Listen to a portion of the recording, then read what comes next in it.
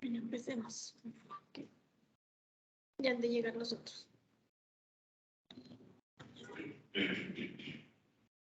Bueno, en la clase anterior nosotros acabamos de ver todo lo correspondiente a los deberes del contribuyente. La DIAN, o bueno, la norma en este caso, todo lo que tiene que ver con la parte tributaria, tanto a nivel nacional como a nivel local, no solamente le asigna deberes al contribuyente frente a qué es lo que tiene que hacer con sus responsabilidades con el Estado, sino también le brinda una serie de mecanismos para que éste pueda defenderse o para que éste pueda probar que lo que está presentando o lo que hizo, lo hizo bien. Dentro de esto se manejan una serie de... Se manejan una serie de principios. Ay, se me quedó acá. Se maneja una serie de principios con las cuales las leyes tributarias, y más que la ley tributaria, las entidades estatales y la administración deben actuar con el contribuyente. Dentro de esto, uno de los principios es el de legalidad. Hay algo que se conoce y como principio básico nos dice que no hay tributo sin ley que lo establezca. Es decir, que para poder cobrar un impuesto, una tasa, una contribución, cualquiera que sea necesariamente debe de estar por escrito bajo una ley. Y esa ley pues tiene que estar regulada o tiene que estar aprobada por el órgano legislador. A nivel nacional, no como tributo, pero sí una tasa. Pero sí está como ingreso y aparece pues dentro de los ingresos corrientes del Estado. Pero impuesto, no. Que recuerda que el impuesto tiene una diferencia y es que ese se cobra a nivel general y es unilateral, es obligatorio, se lo impone. En cambio, la tasa tiene algo que se regresa no al contribuyente, pero sí a la comunidad en general. Esa es la connotación y la diferencia. Sin embargo, todo lo que sea o esté relacionado, bien sea impuesto, tasas o contribuciones, tiene que estar originada dentro de la ley. Aprobado por el órgano legislador superior, o sea, a nivel nacional, Congreso de la República. A nivel departamental, la Asamblea. Y a nivel municipal, el Consejo Municipal. Esos son los únicos órganos que se conocen como órganos legisladores y que tienen la facultad de aprobar, de crear, modificar, suprimir, aumentar tributos, tasas, bueno, lo que sea, impuestos, contribuciones. Los únicos son ellos.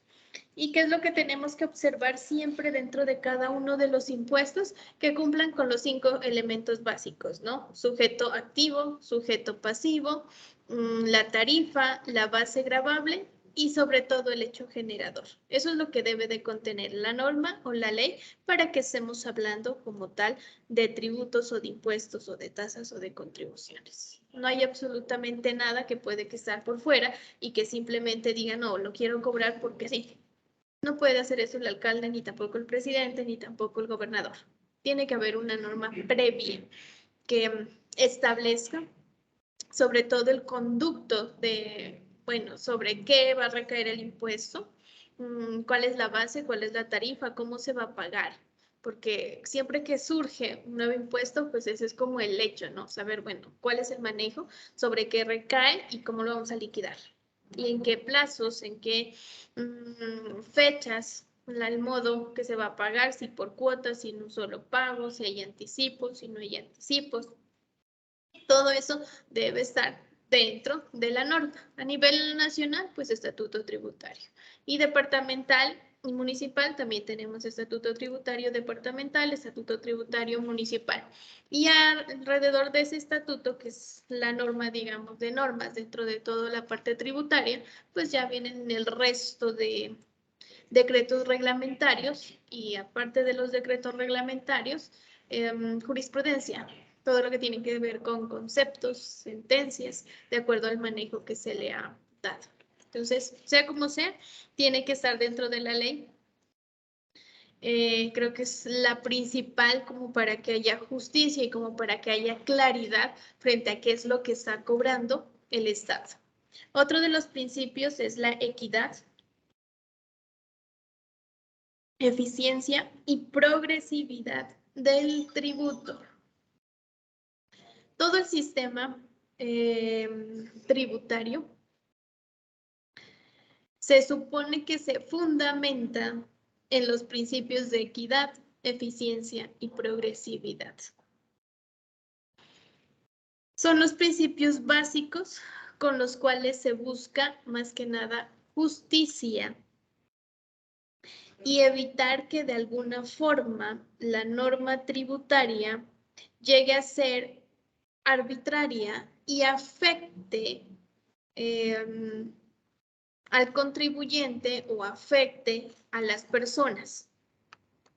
Obviamente de que de por sí el hecho de hablar de un tributo, pues ya sabemos que es algo arbitrario, ¿no? Porque nadie está de acuerdo en que nos cobren un impuesto, independientemente del que sea. O sea, es más que todo como por fuerza mayor y porque el mismo Estado lo impone, porque el mismo Estado lo exige. Sin embargo, cuando hablamos de este principio de equidad directamente, se habla de esa justicia frente a que se respeten los derechos que tienen los contribuyentes dentro de la parte tributaria. O sea, que si tiene la obligación, listo, que realice lo debido para pagar su tributo, pero si no tiene esa obligación, pues respetarle y dejarlo, digamos, elaborar o trabajar dentro del sistema económico normal. Nos habla de una eficiente prestación de los servicios. Eso hace referencia frente a que la DIAN no solamente está para recaudar, para fiscalizar, para velar por el cumplimiento de los impuestos, sino también para dar respuesta a los contribuyentes en caso de que éste tenga dudas o no referente a si tiene que pagar, referente a cómo debe de hacerlo, o sea, para brindarle ese servicio. Y por allá tenemos una sentencia que es la 734 del 2002. Y en este, en específico, nos habla sobre el principio de equidad en el sistema tributario. Y nos dice que de acuerdo a este principio, se basa más que todo en la distribución de las cargas y los beneficios impositivos de los gravámenes y evitar excesivos cobros o excesivos beneficios. Es decir, lo que busca la ley tributaria es, en últimas, mirar la capacidad de pago de cada una de las personas y bajo esa capacidad, pues el que tiene más va a terminar pagando más y el que tiene menos va a terminar pagando menos. Y sobre todo dice que no, que haya equidad o que no se genere una desigualdad cuando hablamos de beneficios tributarios. Entonces, no sé, por ejemplo, cuando dicen que hay beneficios tributarios por contratar a personas de reinserción, ese se aplica para todos. ¿De quién depende? Del contribuyente y quien quiera acogerse a este. Y no digamos sobre un solo tipo de personas, sobre un solo tipo de sector, sino que tratar de buscar beneficios que se apliquen para todos. ¿Que han existido? Sí. Por ejemplo, en la reforma del 2019, la 18-19, se creó un beneficio para el sector turístico y ecoturístico y todo lo que tenía que ver con eso, que era que todos los parques turísticos, hoteles turísticos, bueno, creados durante ese año iban a tener una tarifa de impuesto menor. Por eso tenemos hoy en día tarifas diferenciales dentro de las personas jurídicas, que van del 9, unas del 10, unas del 20 y unas la general, bueno, hoy en día del 31, para el siguiente año 35%. Pero se aplican únicamente para ellos. Sin embargo, solo estuvo durante ese año y los beneficios que ganó ese grupo ya están por los años que se les dio. Pero lo tuvieron que quitar porque no había equidad frente al sector o frente a las personas jurídicas y naturales que ya estaban dentro del sector, porque no aplicaban para ellos. Entonces, ¿qué era lo que estaban haciendo? ¿Qué era lo que hicieron muchos durante ese año? Liquidaban la empresa y volvían a crear otra. Entonces no hubo como la acogida y lo que la DIAN esperaba que se dé, porque lo que pasa es que en el año, antes de comenzar pandemia, Colombia se había posicionado internacionalmente como un gran atractivo turístico.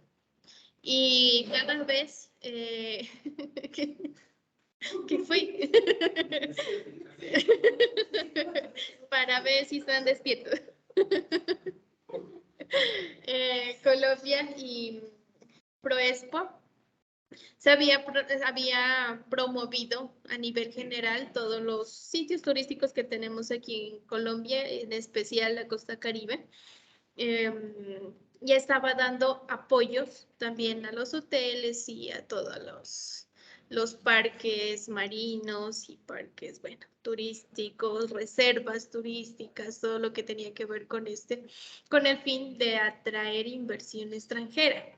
Y se había ganado posicionamiento, sino que el problema fue cuando llegó pandemia. Sí, claro. Sí, ya nada que ver, nada que hacer. Hasta ahí llegó el turismo, fue uno de los sectores más afectados, ¿no? Incluso. Entonces no se pudo realizar nada. Por eso fue que también como que lo quitaron, porque muchos hoteles y muchos restaurantes, muchos centros turísticos lo cerraron. Entonces no había objeto de seguir con esa ley.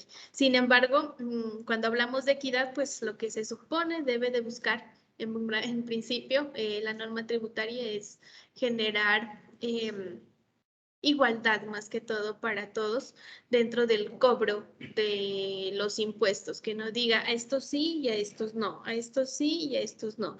Ya de pronto porque cumplen, digamos, actividades específicas, como por ejemplo en el impuesto de renta que tenemos los dos régimen ordinario y régimen tributario especial.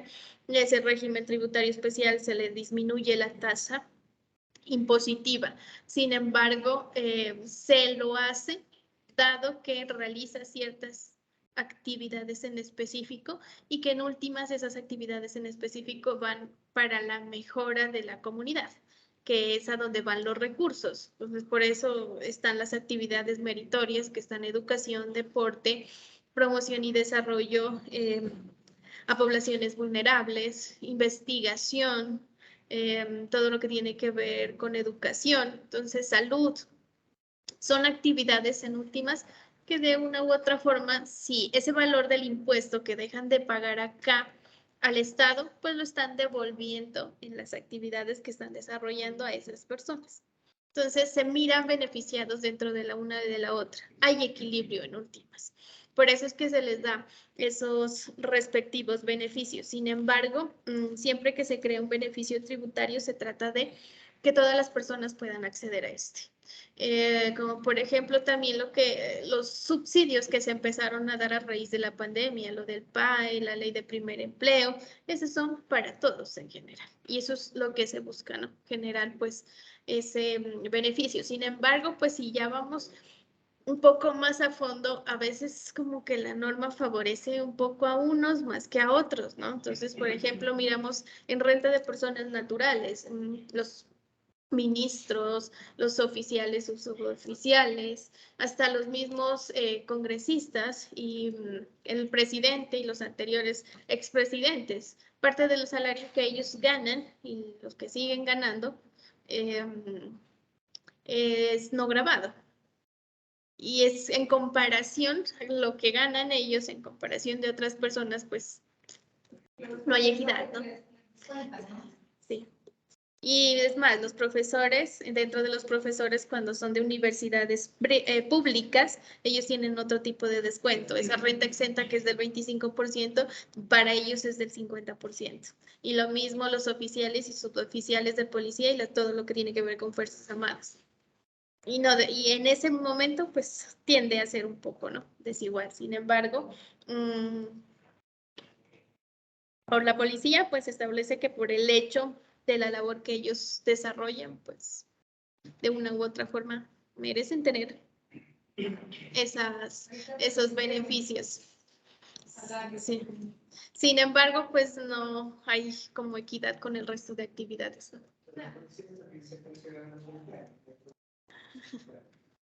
A diferencia de los otros. Y siguen rentando. Entonces, en eso sí se mira, pero en últimas los principios que persigue o debe de perseguir la norma tributaria es equidad, progresividad, generando obviamente esa igualdad. Respecto al principio de progresividad, la sentencia 173 del 2010 nos dice que el reparto de la carga tributaria en los diferentes obligados a su pago, según la capacidad contributiva de la que disponen. Es un criterio de análisis de proporción del aporte total de cada contribuyente en relación con la capacidad contributiva. En ese orden de ideas, es neutro. El sistema que conserva las diferencias relativas entre los aportantes de mayor y menor capacidad contributiva. Es progresivo el que las reduce y es regresivo el que las aumenta. En específico, esta sentencia pues nos habla también de la capacidad de pago de cada una de las personas y nos dice pues que el que tiene más paga más, el que tiene menos paga menos, y eso lo podemos ver dentro de las tarifas diferenciales que tenemos en personas naturales, ¿no? Siempre las bases mayores pues van a terminar pagando una tasa de impuesto más alta y las menores una tasa de impuesto más baja. Sin embargo, cuando hablamos como impuesto de IVA y cuando hablamos de impuesto al consumo, que son impuestos indirectos, ¿qué significa ser un impuesto indirecto? Que no mide la capacidad del contribuyente. Se aplica para todos por igual, independientemente si lo tiene o no lo tiene. Entonces, ellos miran acá y desde el punto de vista, desde esta creo que es del Consejo de Estado, no de la Corte. Ay, no recuerdo la sentencia, creo que es del Consejo de Estado. Nos dice que sigue siendo progresivo, porque si yo tengo capacidad adquisitiva, voy a ir a adquirir más productos con IVA. Y si no tengo, pues no los voy a comprar. Sin embargo, no hay equidad ahí. Y no hay igualdad, por eso no hay. Sigue para nosotros, si lo vemos desde el punto de vista económico, sociológico, no hay capacidad, no hay equidad. Que sí, claro, mide la capacidad, sí, porque el que tiene, pues va y compra, y el que no, no. Pero es que a veces hablamos de productos tan básicos que se queda sin comprar porque no tiene y le hace falta aún así. Entonces ahí como que equidad, pues, no tanto, ¿no? Pero con la Corte, creo que es del Consejo de Estado, ellos lo miran así. Entonces, el que consume más es el que tiene más y el que tiene menos, pues consume menos. Sin embargo, vuelvo y le repito, de pronto cuando son impuestos indirectos, sí, medimos capacidad adquisitiva, porque ahí sí se mide de acuerdo a lo que cada uno está ganando. Pero para el caso de los impuestos indirectos, no. Ahí sí estamos como careciendo precisamente y más que todo de equidad y progresividad, que no medimos. Progresividad en la medida que no lo pueden adquirir, pero equidad falla. Sin embargo, ahí está dentro de los principios. Y finalmente, en la sentencia 173 del 2010, la Corte Constitucional abduce que la obligación tributaria del sujeto pasivo está relacionada con su capacidad de pago respecto a los impuestos directos e indirectos. Y aquí nos dice que la progresividad, cuando se mide progresividad en impuestos, es difusa y que carece del concepto o la definición que normalmente se tiene. Y que acá aplica de acuerdo a la manera en cómo pagan y en cómo gastan aquellas personas que sí pueden hacerlo, frente a aquellas que no pueden hacerlo.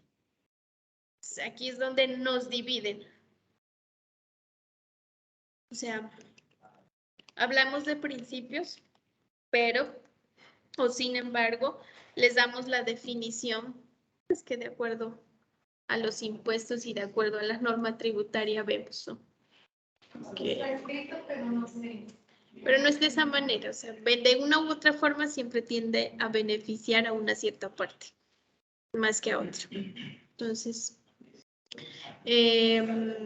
por eso nos dice que la capacidad adquisitiva de aquellas personas que gastan en bienes o servicios más costosos y menos relacionados con la satisfacción de necesidades básicas, los cuales son gravados con tarifas más altas. Aquí nos dicen que los bienes que son clasificados como suntuosos, por lo general van a tener siempre unas tarifas mayores. Y aquellos bienes relacionados con la parte básica, necesidades básicas, pues van a tener unas tarifas menores. Sin embargo, pues no están así. En la realidad, pues no es que se cumpla de mucho. Entonces es difícil, pero esa es la idea en la que se forma y en la que se establecen hoy en día, pues todos los impuestos que conocemos y todos los impuestos que hacemos. Dentro de este principio de equidad, de este principio de progresividad, también nos dice que lo que se busca es poder lograr un mayor recaudo con un menor esfuerzo en el momento en que se trata de gravar a esas actividades en las que hay mayores ingresos, se trata de grabar con tarifas más altas. Y en las que hay menos o que las personas ganan menos o que tienen menos, se trata de grabar con tarifas más bajas. De esta manera se pone esfuerzo en las personas en que ganan más o en las que tienen más. Y allá es donde más se revisa. Esa es como la idea que tiene la administración dentro del cumplimiento pues de todo el tributo. Otro de los principios nos habla de igualdad tributaria.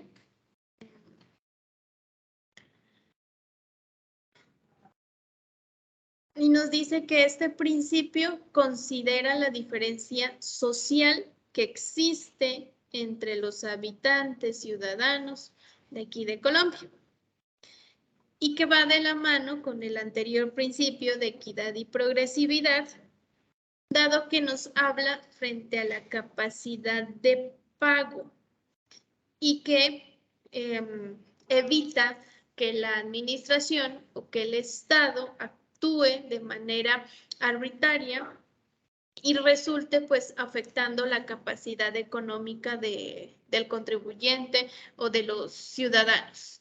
En este punto, o bajo este principio, lo que se busca es que así como todos los contribuyentes dan y que en algún punto todos, absolutamente todos, terminamos tributando, bien sea a través de impuestos directos o a través de impuestos indirectos.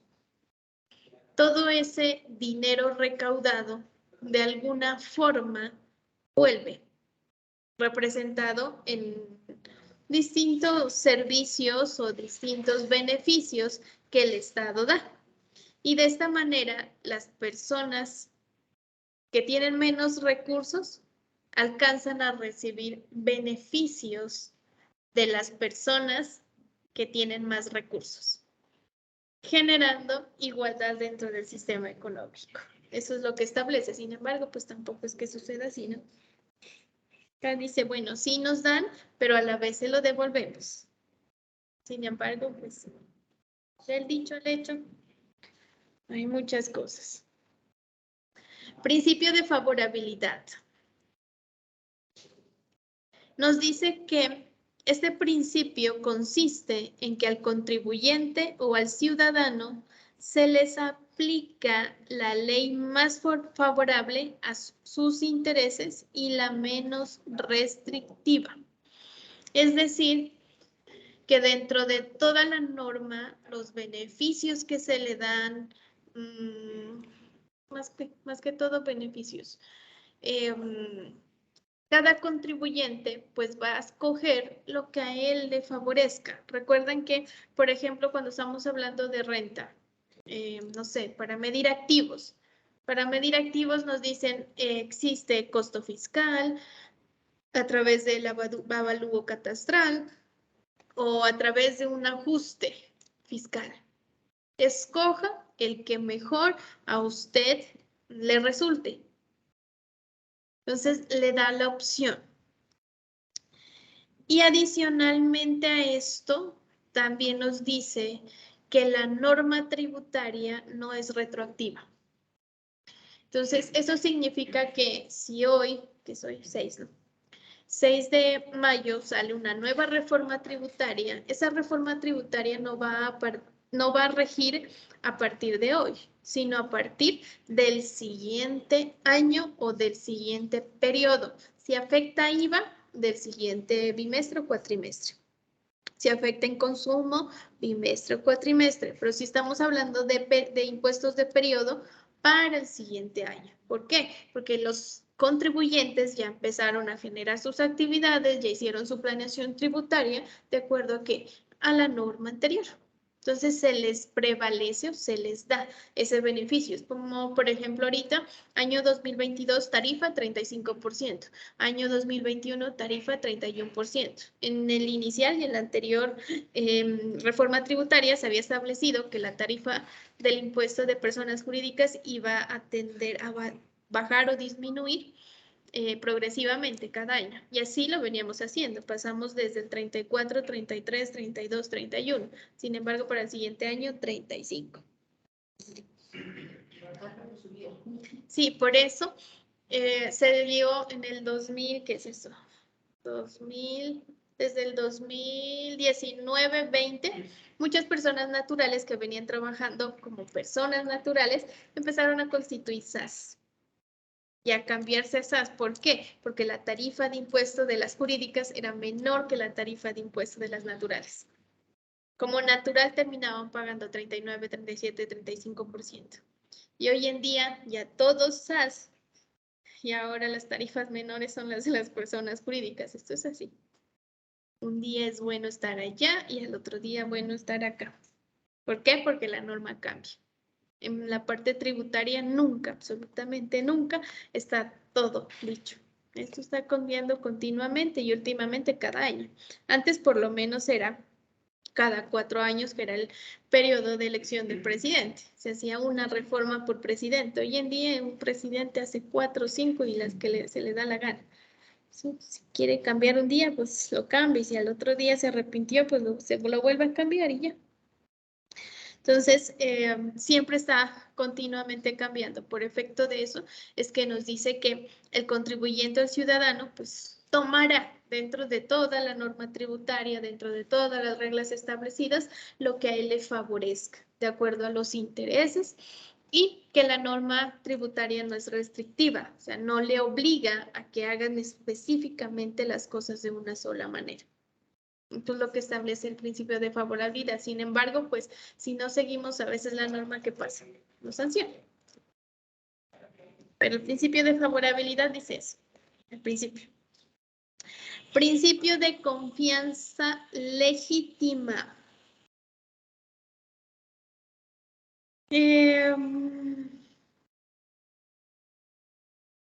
Nos habla más que todo de la buena fe.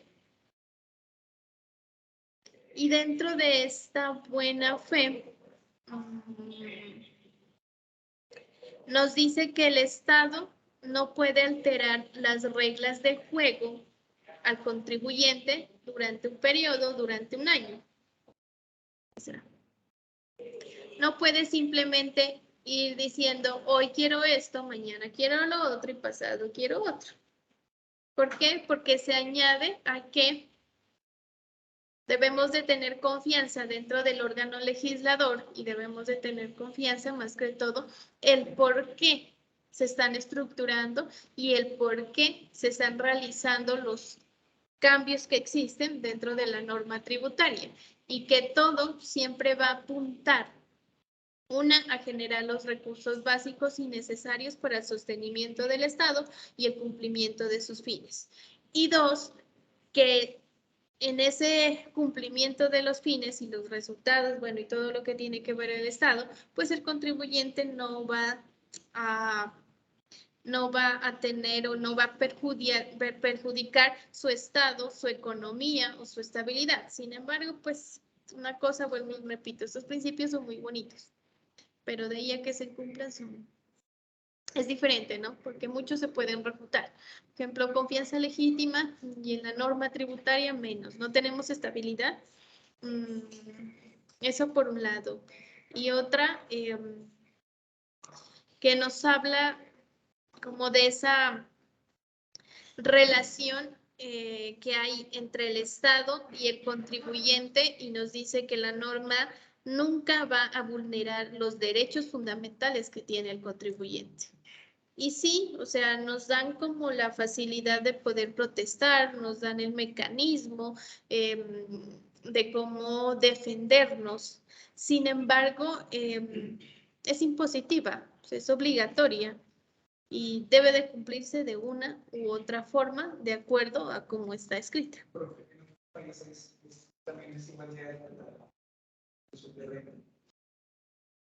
Ah, no.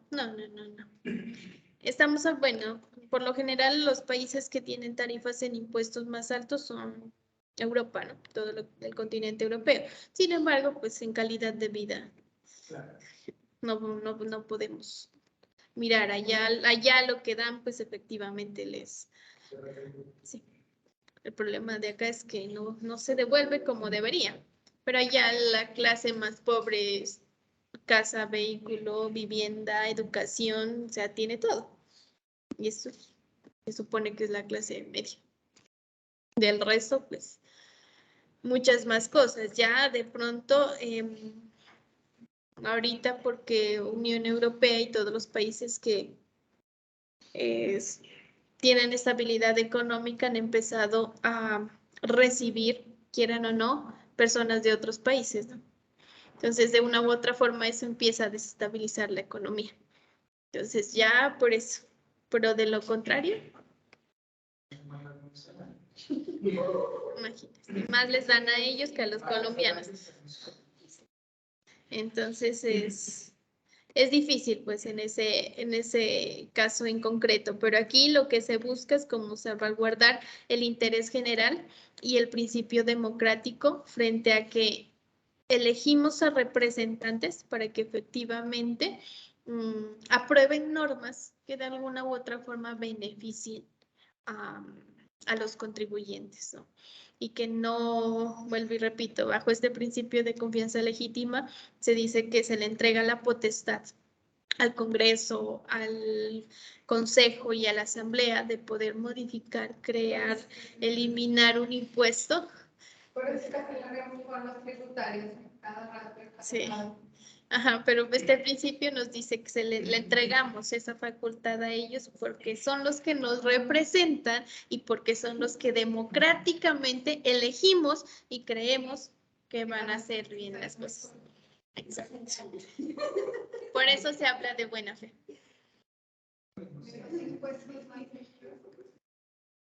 Por eso nos dice que no va a vulnerar ningún derecho ni lesionar ningún derecho. Buena fe. Buena fe, cada rato con los tributarios. Sí. Pero estos son los principios. De ahí a que se cumplan es otra cosa distinta. Principio de irretroactividad de la ley. Lo que les decía hace un rato. Este es un principio elemental que nos dice cómo rige la aplicación de la ley tributaria. Y nos dice que nunca es retroactiva, o sea, va desde el periodo en el que se promulga hacia adelante, nunca hacia atrás. Y esto en donde se encuentra estipulado desde nuestra Constitución Política en el artículo 388, donde prohíbe que se aumenten las cargas del contribuyente modificando las regulaciones en relación con periodos vencidos o en curso. No puede ir hacia atrás ni tampoco en el momento en el que estamos trabajando. Siempre hacia adelante. Eso es como lo único que faculta, porque si no estuviéramos locos los contadores, sin saber qué hacer y qué sí está bien y qué está mal, porque aquí cambian las cosas a cada rato. Un día una cosa y el otro día se inventan otra. En ese orden de ideas, esos son pues los principios básicos con los que cuentan el procedimiento tributario y más que el procedimiento tributario, la manera en cómo se maneja y cómo se crean las normas tributarias. Y sabemos... La base, como de parte. Sí. En eso se basa, digamos. Sí, porque teníamos, como les decía, en la anterior clase miramos lo que debemos hacer. Pero estos principios nos dicen, bueno, ¿sobre qué nos vamos a valer? Legalidad, que todo esté en la ley. La norma, retroactividad, que no nos pueden exigir algo que apenas están colocando. Favorabilidad, ese principio es uno de los principios que más ayuda al contribuyente, siempre que nos dice que escogemos lo que de acuerdo a los intereses del contribuyente necesite y no lo permiten desde que esté dentro de la norma, obviamente, ¿no? Pues el contribuyente no puede tampoco hacer lo que quiera.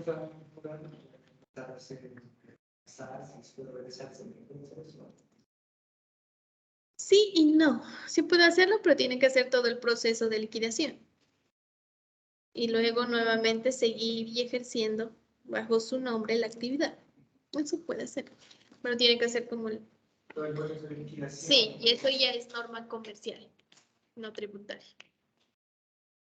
Pero sí puede hacer bajo esos cambios, pero igual ya han de volver todos a personas natural y cuando todos estén allá y estén pagando menos, otra vez le bajan las tarifas y así se llevan unos de allá para acá. Para eso nos sirve pues estos principios para poder entender que el contribuyente también tiene derechos y tiene más que derechos, mecanismos de defensa y que deben de cubrir o que deben de activar en caso de que tengan algún problema con las entidades pues que regulan toda la parte de los impuestos. Aparece aquí el procedimiento tributario y nos dice que el procedimiento tributario representa en sí las actuaciones que el contribuyente responsable o declarante realiza, ya sea personalmente o a través de un representante para cumplir con una obligación tributaria. y que asimismo comprende las actuaciones de la administración tributaria, o sea, qué es lo que hace, en este caso, pues la DIAN a nivel nacional, que cumplen para que realicen las obligaciones. ¿Para que quienes realicen las obligaciones? Pues los contribuyentes. Las administraciones de impuestos nos dicen que tienen como función recepcionar, recaudar, controlar, determinar y administrar todos los impuestos, tasas y contribuciones que se les haya asignado. Y que estas a su vez determinan fiscalización, liquidación, discusión, cobro, devolución y todo lo relacionado con obligaciones tributarias y aduaneras.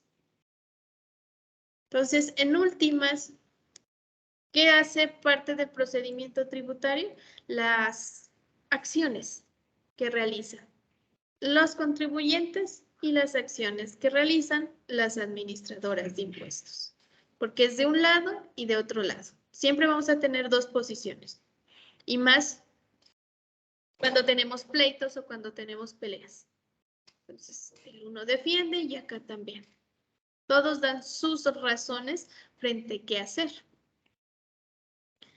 Dentro de esas actuaciones tributarias, pues está la básica, que es presentar declaración por parte del contribuyente, y por parte de la administración, que fiscalizarla, liquidarla, revisarla. Esa también es actuación. Y de ahí ya presentar pruebas, quejas, peticiones.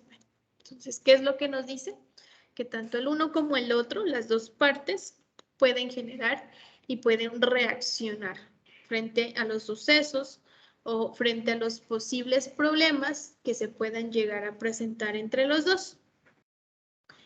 Para la solución de conflictos entre las entidades estatales y los contribuyentes o las personas normal, ya sean jurídicas o naturales, pues existe algo que se llama vía gubernativa o hoy en día como actuación administrativa.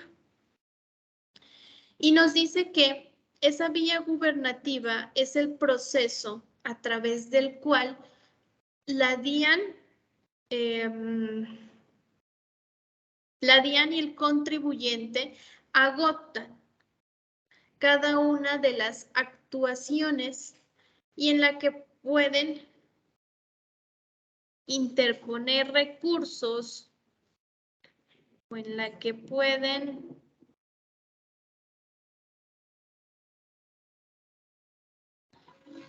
nos dice que comprenden cada una de las actuaciones que tienen tanto el contribuyente como la administración para poder defenderse y para poder presentar sus razones, sus pruebas de que las declaraciones están bien hechas o de que, bueno, los beneficios que se acogieron estaban dentro de la ley.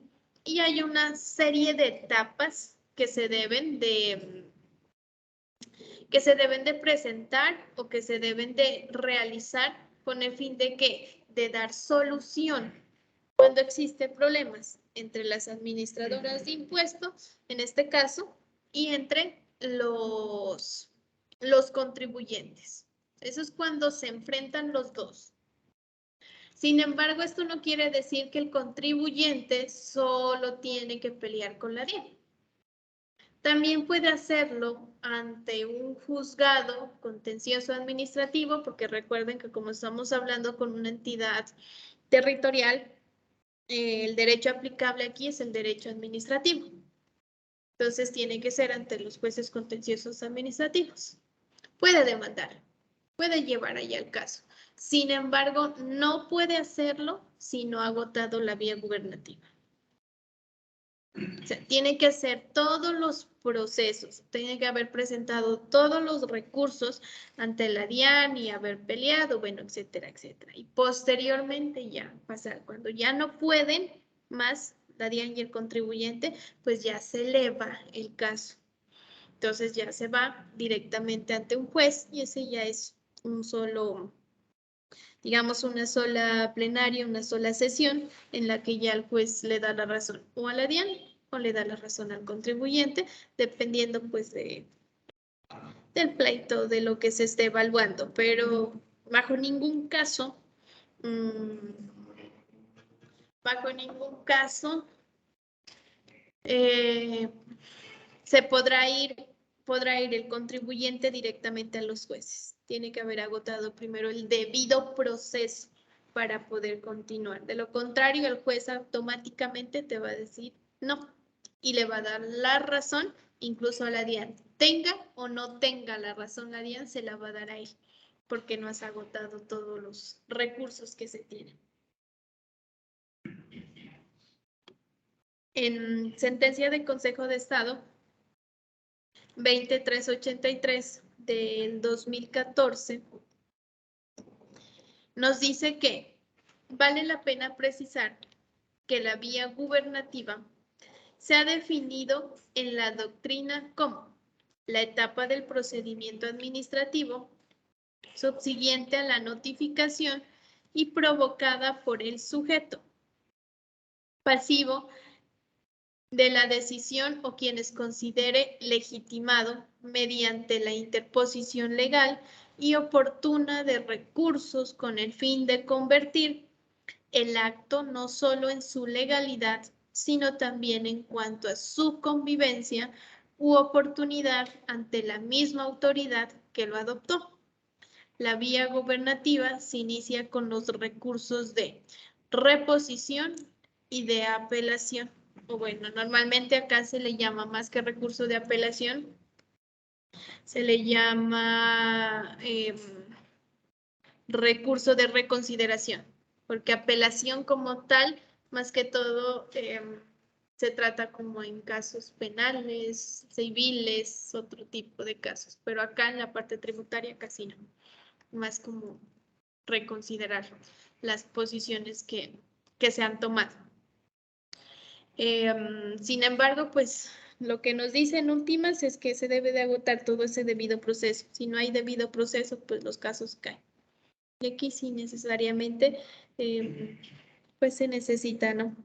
Una del cumplimiento de los plazos, del cumplimiento de las respuestas que hay que dar, porque en los mismos oficios que emite la DIAN te dice, tienes 5 días, 10 días hábiles para contestar o para dar respuesta. Entonces hay que actuar pues dentro de esos tiempos con el fin de ¿qué? De realizar todo el proceso de la vía gubernativa y que una vez agotado y nos vayamos ante un juez, pues el juez revise y mire, porque si él mira que hay alguna alteración dentro del proceso de la vía gubernativa, por lo general el caso siempre lo tiende a ganar la DIAN. Porque desde ahí ya se está violando un principio del derecho y que es el debido proceso. Entonces, por eso se debe de seguir y atender los requerimientos y cada una de los actos administrativos, pues en el tiempo en el que se establezca. Simplemente por eso. Aquí tenemos un ejemplo, entonces normalmente pues cuando la DIAN profiere un requerimiento especial, el contribuyente presenta una respuesta a ese requerimiento especial. Posteriormente a esa respuesta, la DIAN profiere liquidación oficial de remisión y el contribuyente como respuesta presenta un recurso de reconsideración contra la liquidación oficial. Y aquí ya empieza la parte de la vía gubernativa. A ese recurso de reconsideración, la DIAN profiere una resolución que resuelva o confirme su posición dentro de la liquidación oficial de revisión. O sea, si la DIAN dice, ya revisé, ya reconsideré, ya miré, y sí, usted tiene la razón, hasta ahí llega el caso. Pero si no, la DIAN dice, no, yo confirmo y reafirmo que lo que yo digo está bien y lo que usted hizo está mal, pues que parte de ahí. Ya el contribuyente presenta demanda de nulidad y restablecimiento del derecho ante un juez, o bueno, ante la justicia administrativa. Ahí ya empieza. Entonces se da diferentes, digamos, sucesos dentro de la vía gubernativa, pero primero es entre la DIAN y el contribuyente. Primero le digo, vea, la DIAN dice, hey, usted hizo mal. El contribuyente dice, no, no hice mal, mire. Y de ahí la DIAN dice, sí, lo hizo mal y así debió de haberla presentado. Luego el contribuyente dice, no, y aquí está la prueba de lo que usted está diciendo está mal. Luego la DIAN que dice, yo ratifico porque eso está mal. Con esa ya podemos irnos. Pero de lo contrario, no. Tiene que haber el recurso de reconsideración y más que nada todo el debido proceso. ¿Eso cuánto más o menos qué tiempo duraba? Depende del proceso. Sí, depende del proceso, pero por lo general unos 6 meses. ¿Cuál es el problema aquí? Llegar hasta la instancia del juez y que le den la razón a la DIAN. Porque si llegamos al juez, significa que más o menos es un año y medio. Y ese año y medio... Si llegamos hasta esa instancia, porque no estás seguro de que está bien. Eso suele pasar de todo. Sí. Y como les digo, lo que pasa es que cuando ya llegamos allá, no solo es el hecho de que yo demuestre que estoy bien. Ahí miran todo, porque a veces hay vencimiento de términos, a veces el debido proceso, y por un solo día, por alguna sola cosa, eso se cae. Eso es como aquí la justicia en todo, en la parte penal. ¿Cuántos no salen libres solo por vencimiento de términos, solo porque la captura la realizaron mal, porque el policía no le leyó los derechos, porque muchas cosas? Y eso es debido proceso, nada más. Y allá ya se mira los principios del derecho, porque eso ya, como vuelvo y le repito, eso es derecho administrativo. Entonces ya es otra, cuando uno ya llega a la parte, o bueno, con el juez, sí necesariamente hay que tener un abogado en derecho tributario. Se necesita. Porque ya no es simplemente las respuestas, porque uno hasta acá con la DIAN se defiende con la contabilidad y las pruebas que tú tienes. Y las bases de liquidación, y cómo hiciste, no sé, que la depreciación, que el deterioro, bueno, de acuerdo a cada una de las cosas que hayas hecho. Presenta los anexos, pero te defiendes acá. Pero ella ya es otra cosa, porque es otro tipo de derecho que se aplica. Entonces, es difícil. Y el problema es que cuando uno llega ya al juez y que el juez definitivamente le dé la razón a la DIAN, después de tanto tiempo, la DIAN no te va a decir, ah, sí, nosotros empezamos el pleito hace un año, hace 2 años, hace 3 años, ¿no? La DIAN te va a decir, yo gané y el día en que yo le pasé, usted tenía tanto de sanción y tanto de intereses. Hoy, su sanción y sus intereses, pues subieron. Entonces, ese es el problema. Por eso a veces como que es mejor tratar de solucionarlos acá directamente con la DIAN y no llegar hasta allá. Ya de pronto porque uno esté requete seguro, de lo contrario, ¿no? Más es lo que vas a perder. Y el tiempo, cuando estamos hablando con la DIAN, el tiempo sí corre y cuenta y cuesta. A veces más es lo que se paga por intereses que lo del impuesto en general. Y más que te van a decir, y no solamente vas a tener que pagar eso, sino las costas del abogado, ¿no? Del Estado. Porque esas las puedes reclamar, claro. Es como cuando uno gana. Cuando uno gana, también la puedes reclamar, sí, también. Entonces, eso es dinero. Por eso hay que pensar bien qué hacer y qué no. Sobre todo cuando se tienen las bases, pues más que todo para poder ganar. Una vez se presente la declaración, pues hay unas actuaciones preliminares. Esas actuaciones preliminares las da la administración y pueden ser simplemente, digamos, notificaciones en las que más que una notificación es una invitación al contribuyente.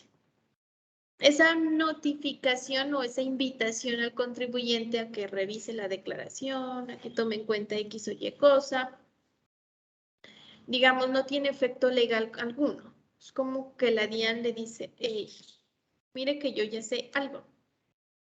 Le estoy advirtiendo, ¿para qué? Para que como respuesta el contribuyente revise y mire y efectivamente si está mal, corrijan y esa corrección sea de manera voluntaria. Y cuando todo es de manera voluntaria, pues para la DIAN es mucho mejor y para uno también es mucho mejor. Pero si aún así, cuando la DIAN te invita a que revises, tú no haces nada, pues te manda algo que se llama emplazamiento. Ese emplazamiento ya es una notificación con efecto. Porque en esa ya la DIAN te dice, en su declaración presentada en tal fecha, en tal formulario, firmada por tal persona, correspondiente a tal empresa, hay, no sé, pongamos que es de renta, omisión de ingresos. Dado que el contribuyente X presentó tal factura y ellos ya te muestran las pruebas, ¿no? No van diciendo las cosas porque sí, ellos ya te llevan la prueba. Y se nota diferencias en sus ingresos porque, no sé, porque revisaron IVA, porque revisaron esto, porque en su exógena usted no lo declaró. Ellos muestran todo. Entonces le dice, nuevamente reiteramos que debe, ya no es invitación. En el primero dice se lo invita a, acá dice, debe de corregir su declaración. Y más abajo dice, recuerde que las correcciones de las declaraciones generan una sanción que está contenida en el artículo tal, por corrección, por inexactitud, etcétera, etcétera. Y recuerde que los porcentajes a aplicar son estos, estos, estos y estos. Y adicionalmente le dice, recuerde que si le da un mayor valor a pagar o un menor saldo a favor, tiene que pagar intereses. Bueno, pero si aún así usted dice, no, pues ¿qué tiene que hacer? A ese requerimiento especial le presenta una respuesta y dice, no, yo estoy bien o no, ese contribuyente, esa factura, esa prueba que ellos tienen está mal. Y presenta las pruebas también. Como respuesta a esa respuesta del contribuyente, nuevamente la DIAN va a enviar otro oficio que normalmente se conoce como ampliación del requerimiento especial. ¿Por qué ampliación? Porque nuevamente retoma el caso y la DIAN te va a enviar nuevas pruebas y reafirma lo que ya te dijo en el anterior requerimiento especial.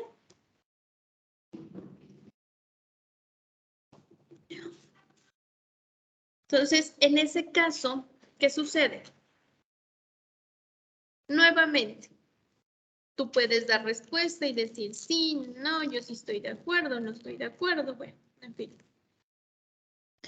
Y das respuesta a la ampliación del requerimiento especial.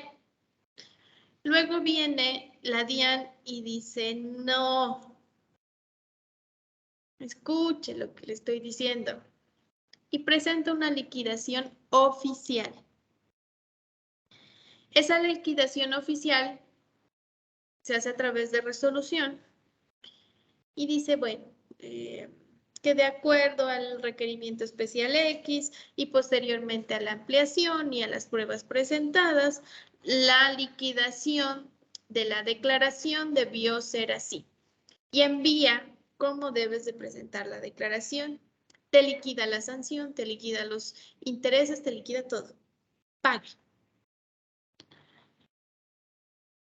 Ante esa liquidación oficial, el contribuyente puede presentar el recurso de reconsideración.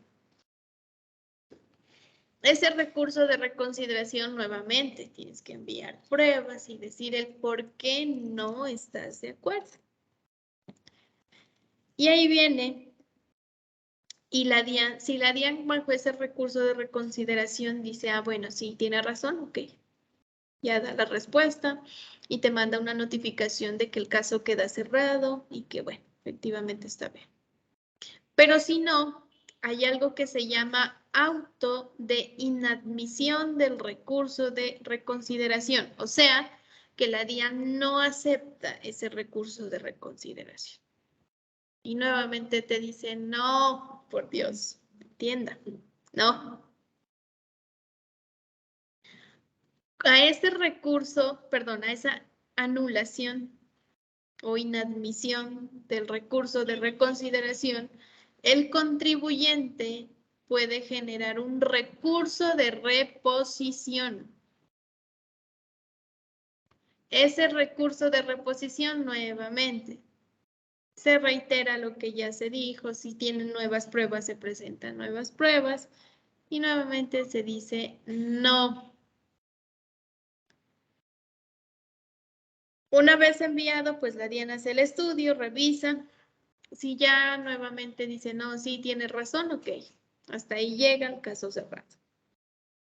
Si no, pues envía otra vez un auto que resuelve el recurso de reposición. O sea, que no te lo acepta. Todos esos son actos administrativos, ¿no? La liquidación oficial, el emplazamiento, la ampliación, eso se llama acto administrativo. Y nuevamente, ante esto, una vez ya lleguemos a ese auto de recurso de reposición, ese ya es el que se lleva ante los jueces. Y hasta ahí llega la vía administrativa, perdón, gubernativa, para empezar vía administrativa, donde ya hacemos una resolución que resuelve el recurso.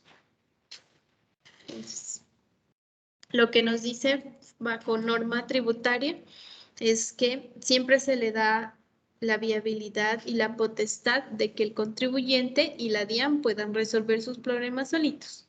Por eso es entrego y respuesta, respondo y ellos me dan la respuesta y así se va. Sin embargo, dice que la DIAN se le ha conferido un poder frente a cómo controlar, frente a cómo administrar, fiscalizar, recaudar los impuestos. Y con base a ese poder que solamente esa unidad administrativa tiene, es que se le da el espacio para que ella sola lo resuelva. Y nunca se evita, la verdad, llegar hasta tan altos, digamos, estándares o niveles dentro de todos los procesos. ¿Qué es un recurso de reposición? Nos dice que es un recurso ordinario y que es muy utilizado contra las decisiones administrativas y judiciales y se busca que la persona tome la decisión, evalúe las inconsistencias con base, pues obviamente, a las pruebas que se manden, ¿no? ¿Y qué es un recurso de reconsideración?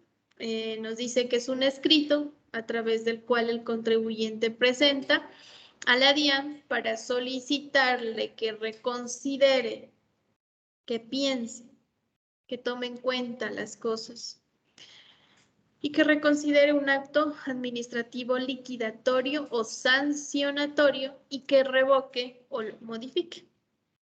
Entonces, en últimas, esto es como, bueno, el escrito, el formato, como cuando presentamos un derecho de petición.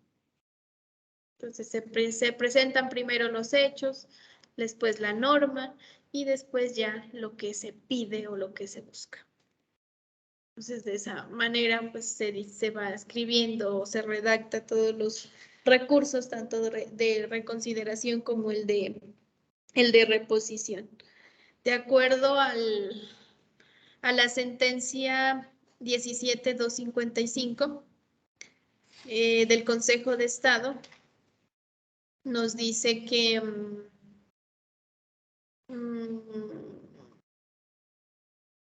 la vía gubernativa debe de acabarse, tiene que haber ese previo proceso, porque este fue un caso en el que el contribuyente no quiso pelear con la DIAN, sino que directamente la demandó ante un juez administrativo, pero el juez administrativo no la aceptó.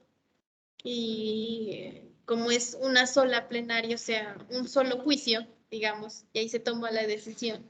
Lo que se dijo ahí ya quedó y nada que hacerle.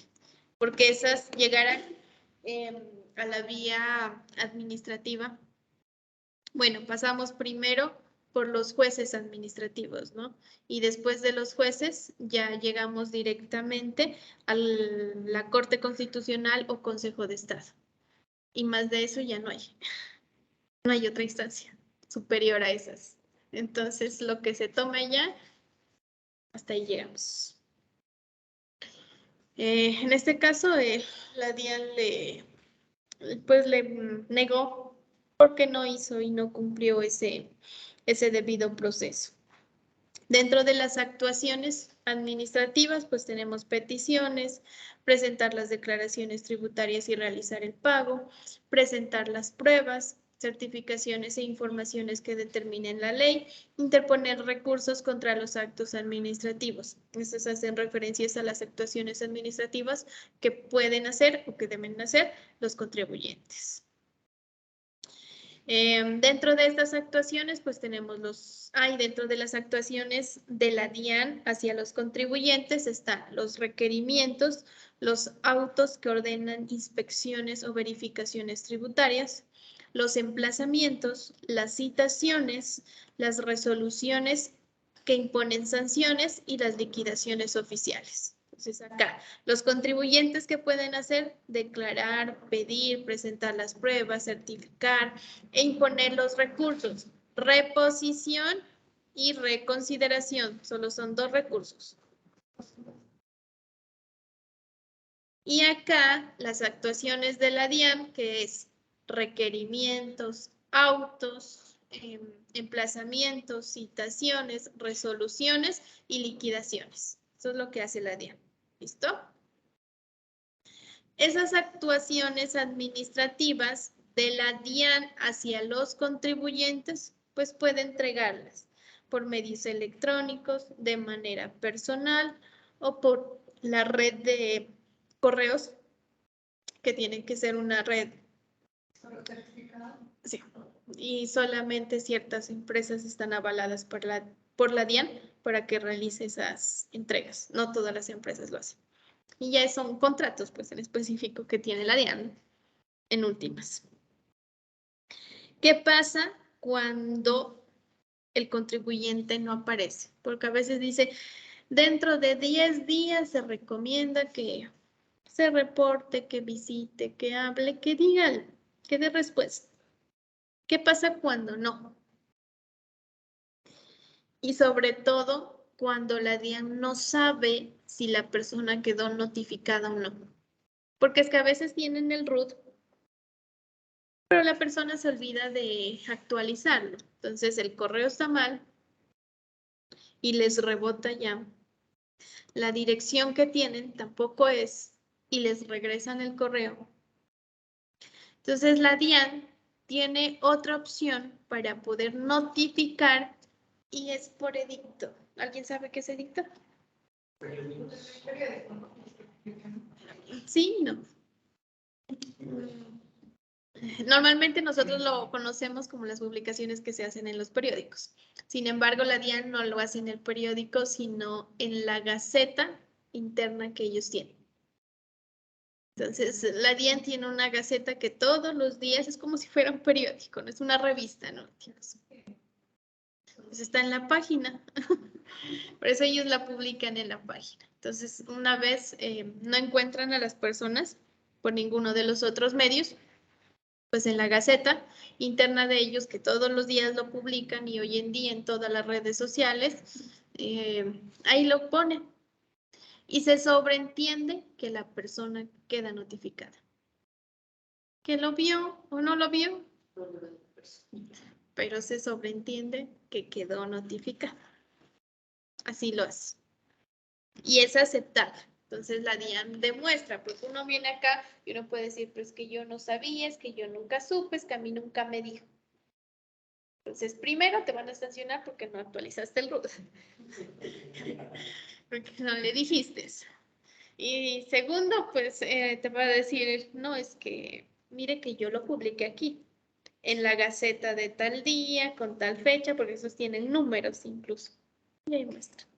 Y la Gaceta es importante leerla, porque ahí no solamente salen los edictos, sino las normas, los conceptos que han hecho ese día, doctrina tributaria.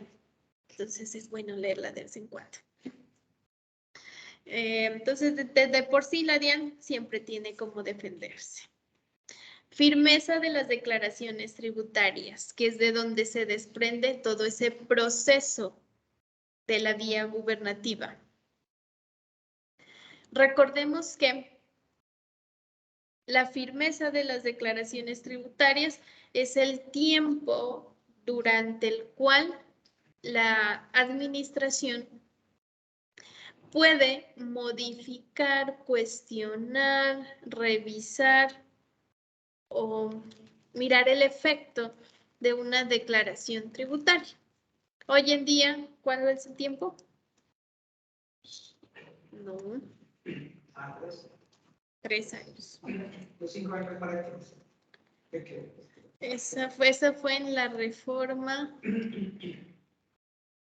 No recuerdo, pero sí había una reforma. Creo que fue en la 1602, si no estoy mal, que colocaron 5 años. Sí, porque iniciamos con 2, pasamos a 5 y de 5 pasamos a 3 años. Por si anterior. Sí, en la última reforma sí las cambiaron a 3. Todas las declaraciones se supone que tienen ese término de firmeza, ¿no? De 3 años. Sin embargo, el artículo 714 del Estatuto Tributario, pues nos dice, ¿no? 3 años contados a partir de la fecha del vencimiento cuando se ha declarado oportunamente. Si la declaré extemporáneamente, pues 3 años a partir de la fecha en la que yo la declaré. Que si me demoré un mes, me demoré un año después de que yo tenía la obligación, desde esa fecha comienza a correr esa firmeza. Sin embargo, estos plazos aplican para la declaración de renta. ¿Qué pasa con la declaración de IVA, consumo y retenciones en la fuente y demás declaraciones que hay? Esas declaraciones, por ser mensuales, hay otras bimestrales, cuatrimestrales, bueno, la periodicidad que tienen. Se dice que quedan en firmes cuando la declaración de renta queda en firme. O sea que va a superar los 3 años. La declaración de retención en la fuente que yo declaro ahorita en enero del año 2022 no queda 2022, 23, 24, 25, no queda en firme en enero del 2025, sino queda en firme a los 3 años de la declaración de renta del año 2022. La declaración de renta del año 2022 se presenta en el año 2023, 24, 25, 26. Es decir, que va a quedar en firme en el año 2026. Siempre con la declaración de renta. En última, se podría decir o se puede hablar que las declaraciones de IVA y las declaraciones de retención en la fuente pues no tendrían firmeza, ¿no? Sino cuando o llegan hasta cuando queden firme la declaración de renta. Y lo mismo la exógena, lo mismo la conciliación fiscal, o sea, todo lo que se presente del año, todo queda en firme cuando la declaración de renta queda en firme. De lo contrario, no. Si la declaración de renta, por alguna razón, la emplazan, la revisan, o lo que sea, todo, absolutamente todo. Sí. Porque si te hacen modificar renta, muy posiblemente tienes que modificar retención en la fuente y muy posiblemente exógena y muy posible conciliación fiscal. Entonces, ahí se va todo. Estamos hablando de ingresos peor porque ingresos te afecta IVA, entonces tienes que modificar IVA.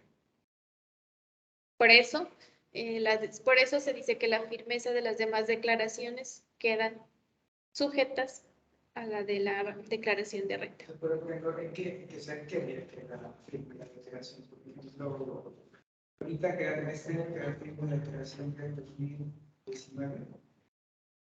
20, 21, 22, sí. No, 18. la del 18. O sea, queda firme el 1 de enero de... No, la fecha en la que declaraste. La fecha en la que declaraste. Pero si ahorita apenas 2018. Bien. Entonces hay que mirarlos. Y para el caso cuando hay pérdidas fiscales, nos dice que la declaración de renta quedará en firme en el término en el que el contribuyente decida compensarlas. ¿Qué pasa cuando hay pérdidas fiscales en el anterior año? Esa pérdida fiscal yo la puedo compensar en la declaración de renta del siguiente año, cuando en vez de renta líquida me da pérdida. O sea, así como en el estado de resultados nos da utilidad, acá o pérdida, acá también, o utilidad o pérdida. No sé si han visto el formulario, ahí dice renta líquida, pérdida fiscal. O lo uno o lo otro, porque puede darse. Esa pérdida fiscal dice que me la puedo compensar en los siguientes años. ¿Qué es compensarla? Disminuyo mi renta líquida de los siguientes años. Porque como tuve una pérdida en el anterior, pues yo me la puedo quitar o la puedo, así como contablemente las pérdidas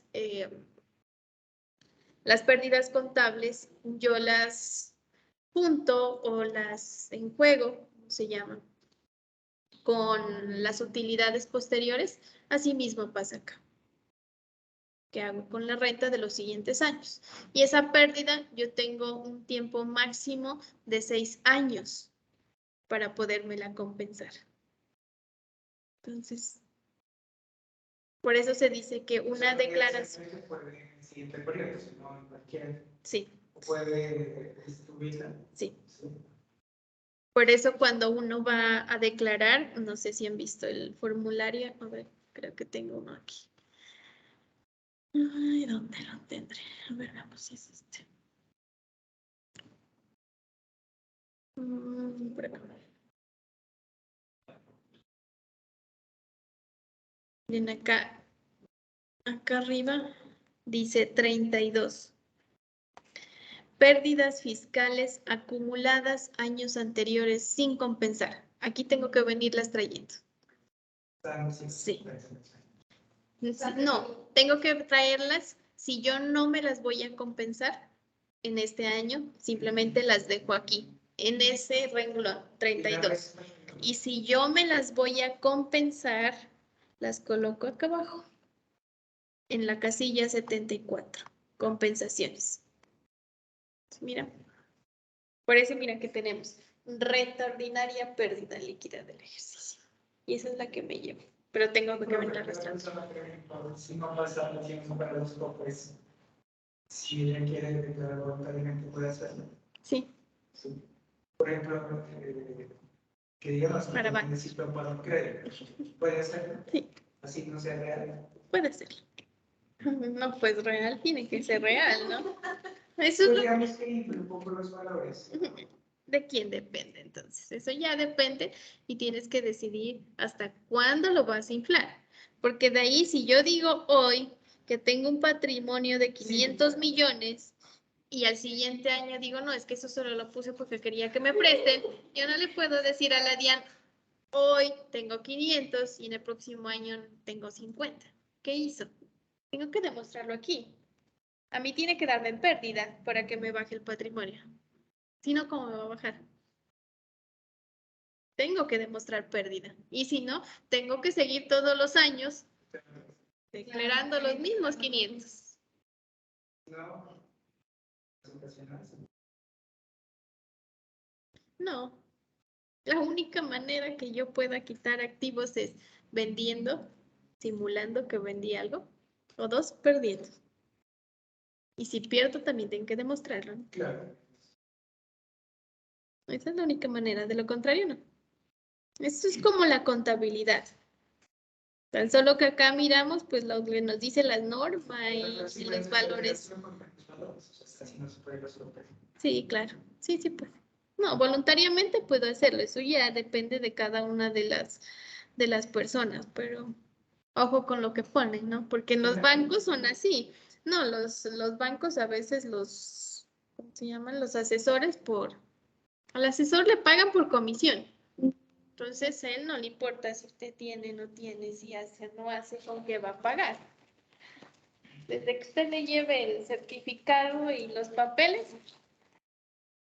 él feliz. Por eso es que hacen abrir RUTs a las personas, por eso es que hacen declarar y pues, es que yo no tengo, ¿verdad? ¿Y cómo hago para quitarme eso? Esa es la pregunta de todos. Es que está esto. Normal, que hacen mal las cosas. Que ahorita decir sí, yo tengo eso es bien, pero para bajarlo es el problema. Y como te digo, hay cosas que no puedo simplemente simular. Porque si yo digo que tengo una casa y para bajarla la voy a vender y tiene que haber escrituración. Si tengo un carro, tiene que haber traspaso de bien. Exacto. Y si yo digo que tengo 500 millones de muebles y enseres, pues nadie me lo va a creer. Y lo mismo, si digo que tengo 500 millones en maquinaria, pues bueno, de pronto, pero tengo que demostrar dónde la compré y cuándo la compré. Y sobre todo que yo no puedo decir que al año, ahorita vamos a hacer declaración 2021, ¿no? Que al año 2021 tengo 500 millones de la noche a la mañana y que en el año 2020 yo no tenía nada. Eso es un grado de activo, ¿no? Exacto. Sí, porque me va a decir de dónde vinieron los recursos, primero, y dos, ¿por qué no declaró en el año 2020? Si tú dices yo no tengo nada, entonces te van a decir, si usted en el 2020 no tenía nada y al año 2021 ya tuvo, ¿de dónde generó los ingresos y por qué no los declaró? Tienes que declarar ingresos. Esto es una y otra, ¿no? A veces la gente no mira eso y no piensa eso, pero la Diana sí. Ella sí mira y ella sí piensa. Esto es contable. Recuerden que si acá en el activo tengo, pues tengo que tener un suceso, ¿no? Que me genere o que tenga el activo. Tengo que ver, pues, que tiene que ser un ingreso, si no, ¿cómo voy a tener un activo? Si tengo un pasivo, pues al menos que tengo que tener un gasto. Tiene que haber. Pues contabilidad. No se olviden de esa partida doble. Uno dice a veces acá en la parte fiscal no poco porque cada cosa tiene su normatividad y la manera en cómo realizarla. Sin embargo, tiene que haber el uno con el otro. Eso no se nos puede olvidar la partida doble. Porque a veces no concuerda, ¿no? Y uno dice, pero ¿cómo? ¿Y de dónde sacó? Por ahí está. Pero sí, sí hace. Y eso es más común de lo que parece. ¿Qué pasa cuando hay correcciones? Cuando hay corrección, independientemente de la corrección que se haga, voluntaria o por imposición de la DIAN, siempre se van a presentar dos casos. Una nos dice que es la corrección que incrementa el impuesto a pagar o que disminuye el saldo a favor. Y otra que me disminuya el impuesto o que me aumente el saldo a favor. En ese caso, me dice que va a suceder lo siguiente. En el primer caso, o sea, cuando el impuesto a pagar aumente y cuando el saldo a favor disminuya, la firmeza de la declaración no tiene ningún efecto. O sea, se siguen contando los 3 años desde la primera declaración. ¿Cuándo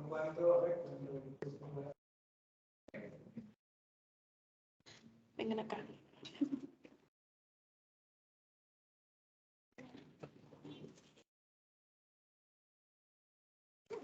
Todos menos, no acabo.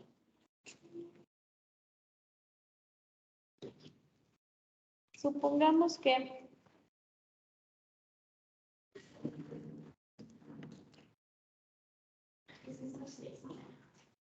el 6 de mayo del 2021 presenté la renta. Y hoy, obviamente ayer, me tocaría el 5, voy a presentar la declaración del 2022 y por alguna razón me di cuenta que esta la presenté mal. Entonces hoy, 6 de mayo del 2022, hago corrección y esta corrección me da un mayor valor a pagar. La firmeza de esta declaración que presenté el 6 de mayo del 2021 me dice que sigue corriendo desde el 6 de mayo del 2021. O sea, ¿cuándo me daría un firme? 24. Sería 5 de mayo del 2024. Sigue normal. Pero ¿qué pasa? Cuando hice esta declaración el 6 de mayo del 2021, la corregí el 6 de mayo del 2022 y esta corrección no me dio mayor valor a pagar, sino que me dio menor valor a pagar. Me dice que aquí es la corrección, 6 de mayo.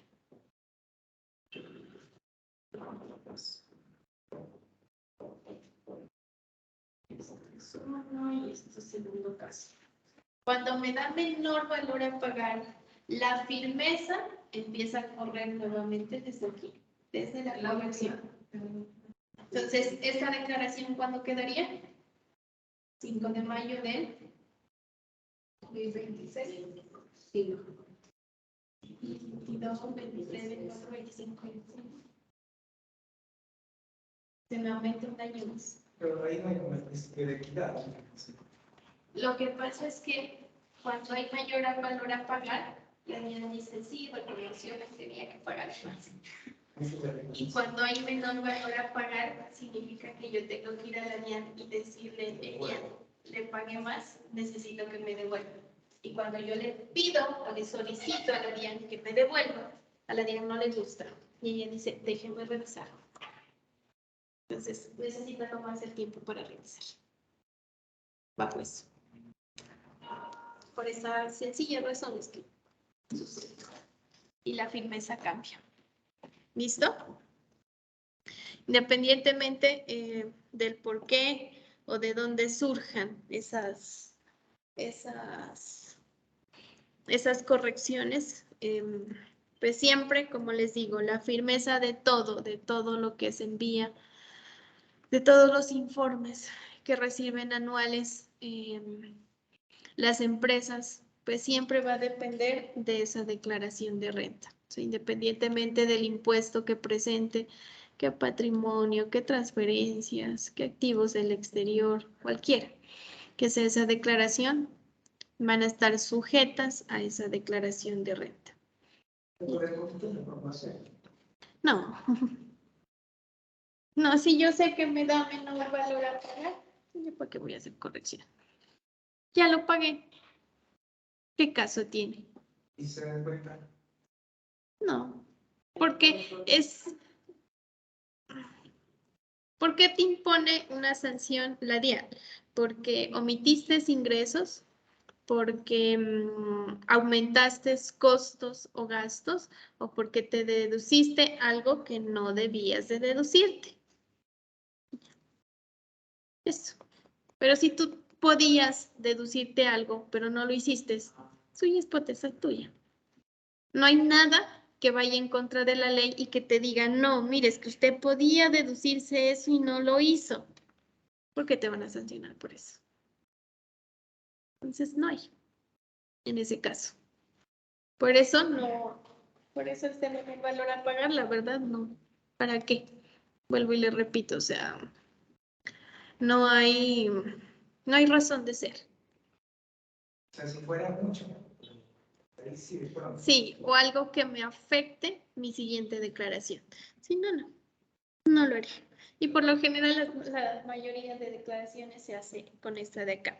¿Qué pasa si yo les decía que la declaración de renta, pero sí, con la firmeza de la declaración de renta quedan firmes las declaraciones de retención en la fuente y la declaración de IVA? Pero supongamos que esta es mi declaración de renta año 2020, que la declaré en el 2021. Puede ser que yo hice correcciones, me dio mayor valor a pagar. Yo ya sé que en el 2024 me va a quedar en firme. ¿Qué pasa si yo tengo una declaración de IVA o una declaración de retención en la fuente y me doy cuenta posterior a esta fecha, o bueno, posterior a la fecha de presentación de la renta, que está mal? Supongamos que yo la declaro o que yo la corrijo, la declaración de retención. Es que esta vaina de las firmezas toca tener en cuenta cómo quedó para saber cuándo sí, cuándo no es procedente. Porque eso es lo primero que revisamos, ¿no? Cuando nos llega un emplazamiento. ¿Y está en firme o no está en firme?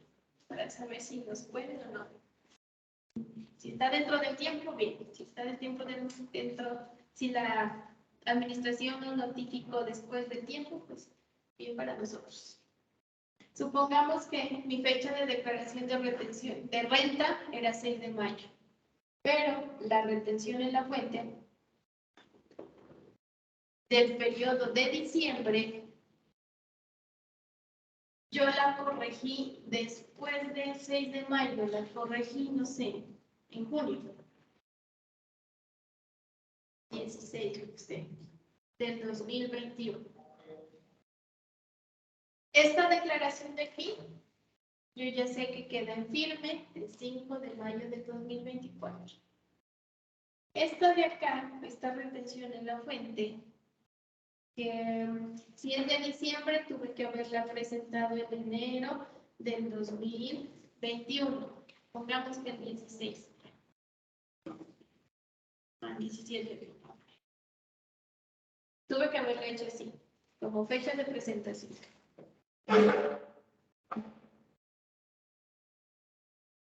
Si yo la corrijo posterior a la fecha de mi declaración de renta, esta declaración de aquí, nuevamente su firmeza corre a partir de esta fecha, porque la corregí posterior.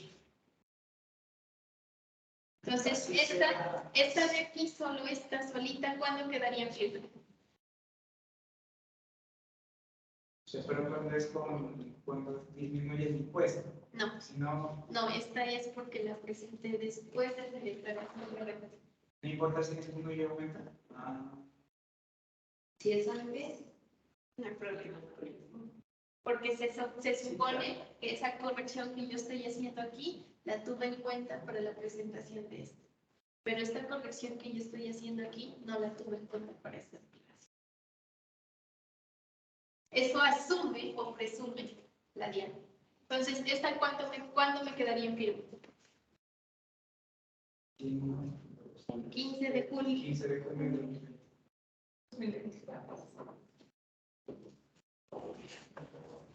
Y que está en mayo y está. Y así sucesivamente. Con IVA,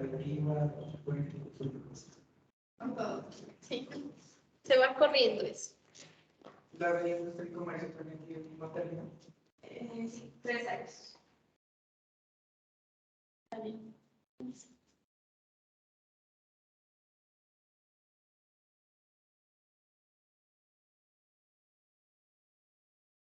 Para quedar en firme.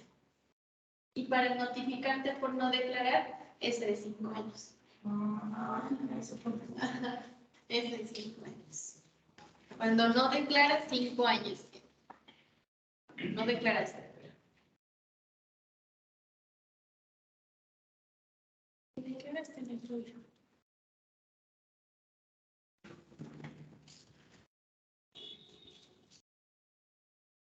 Listo. Bueno, aquí cuando estamos hablando de toda esa parte de procedimiento tributario, bueno, ya tenemos en cuenta las actuaciones, toda la parte de la vía gubernativa, la firmeza de las declaraciones, porque yo tengo que saber a qué me voy a enfrentar y qué es lo que voy a hacer, ¿no? Los recursos, recuerden, reposición y reconsideración, son los dos recursos que se pueden presentar. De ahí en adelante, ya directamente demandas contra el Estado. Las actuaciones, pues ya sabemos que el contribuyente, peticiones, presentar declaraciones, realizar el pago, presentar pruebas, certificaciones. Y aquí está todo lo que la DIAN hace con el contribuyente.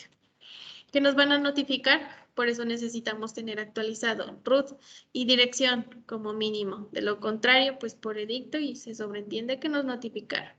Si usted supo, no supo. Y de alguna forma lo consigue. Eso sí, póngale. De alguna forma lo consigue.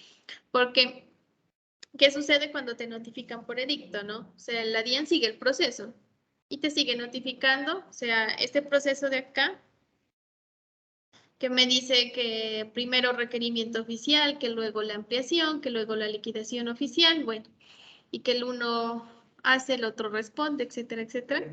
Que responda, ¿no? Lo hacen, ajá, o sea, él presenta primero la actuación preliminar, o sea, te invita. Tú no te diste por enterado. Luego te manda el requerimiento especial, tampoco te diste por enterado. Luego te envía la liquidación oficial, tampoco te diste por enterado. De ahí, ¿qué hace?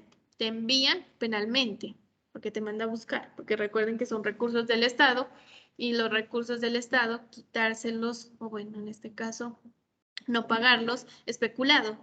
Entonces, te mandan a buscar con la fiscalía. La fiscalía sí ya hace otro proceso y esa te busca o te busca. Ese se lo encuentra. Sí. Y te lleva.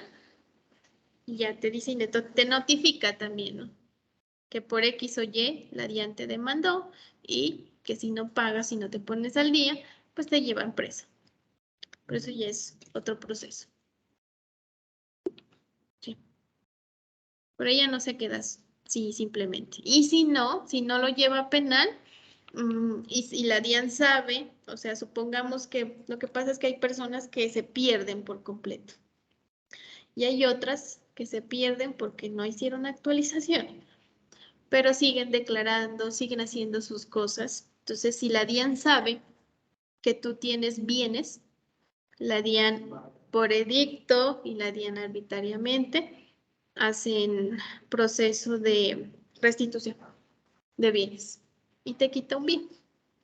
Entonces eso ya lo notifican, ¿no? Directamente pues a instrumentos públicos y en el certificado de libertad y tradición ahí aparece que está en proceso de restitución de bienes por X o Y, caso DIAN y ahí aparece todo.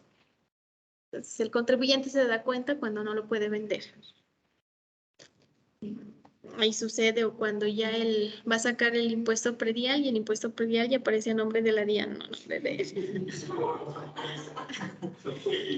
Sí, eso sucede. Y como no está, la DIAN ha hecho ha informado, ha notificado, recuerden esta de aquí de dicto.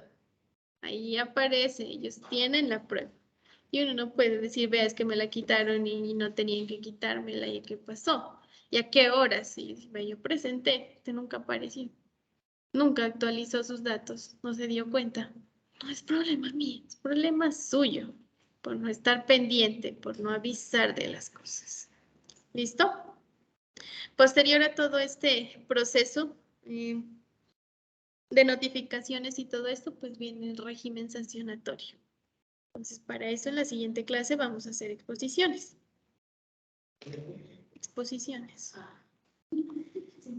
Y me van a venir a contar y a decir qué es lo que quiero. A cada uno le voy a dar un tipo de sanción. Entonces,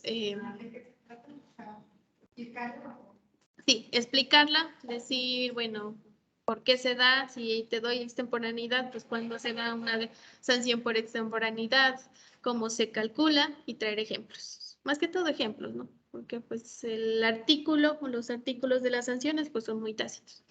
Y lo que es y ya, pare de contar. Lo que necesito es ejemplos, más que nada, ¿ok? Como somos tan poquitos, ¿y quién está acá? A ver.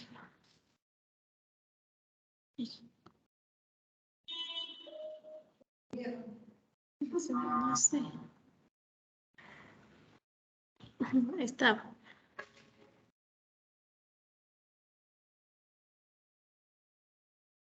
Sí está. Estamos 5. Entonces, en ese orden de ideas.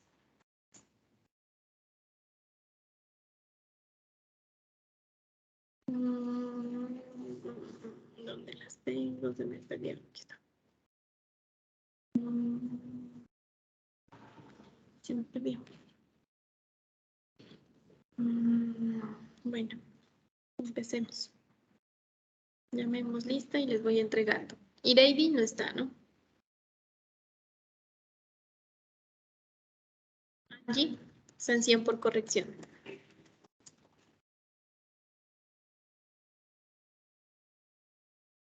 Dania no está. Mario, ¿me escuchas?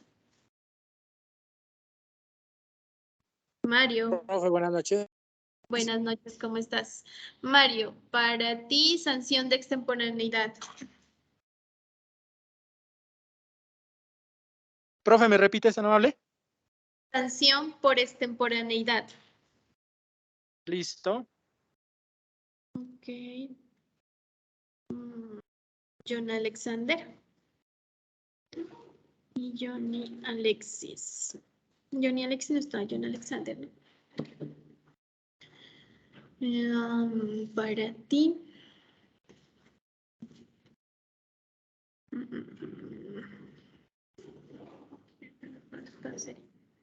De sanciones. Sanción por no envío de información.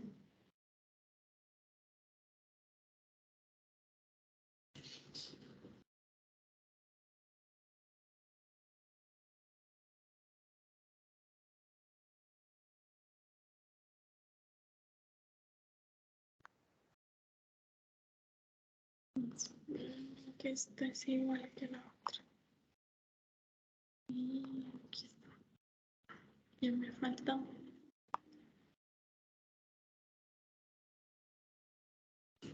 Es que hay unas que ya no se utilizan. Y ya.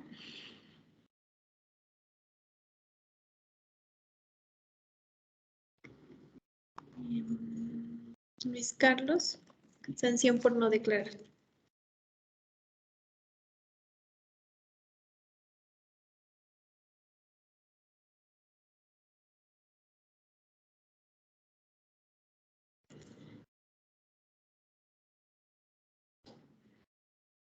Y María Elena, intereses por mora.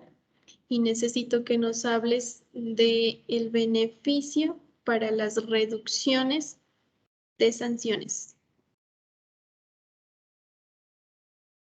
En general. Beneficio. De reducción de sanción, se llama.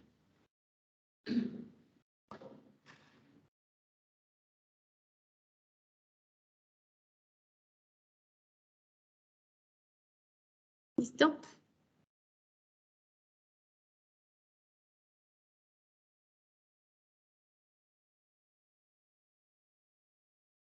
La normatividad toda está dentro del estatuto tributario. Hay conceptos, sentencias, si quieren aumentar la parte de la teoría. Pero como les digo, lo que a mí más me interesa, casos, ejemplos prácticos. ¿Listo?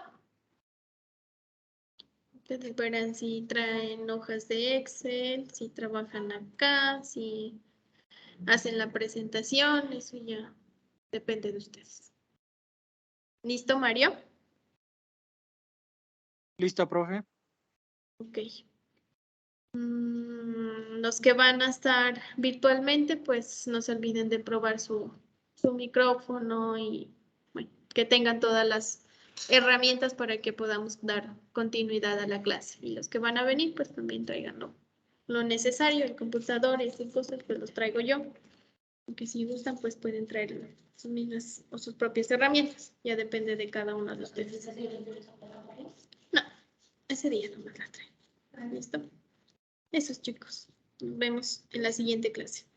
Hay un taller dentro de la plataforma. Las personas que no me han entregado no estén al día, a favor ponerse al día. Ya cada 15 horas. ¿El primero o hay otro? Hay 3 talleres ya. Con el de hoy. Con el de hoy hay 3. Con el de hoy hay 3. Por eso, con el de hoy hay 3. Ponerse al día. Ponerse al día, por favor. ¿Listo? Nos vemos en la siguiente clase, Mario, que estés bien. Hasta Gracias, luego. profe, igualmente. Luego.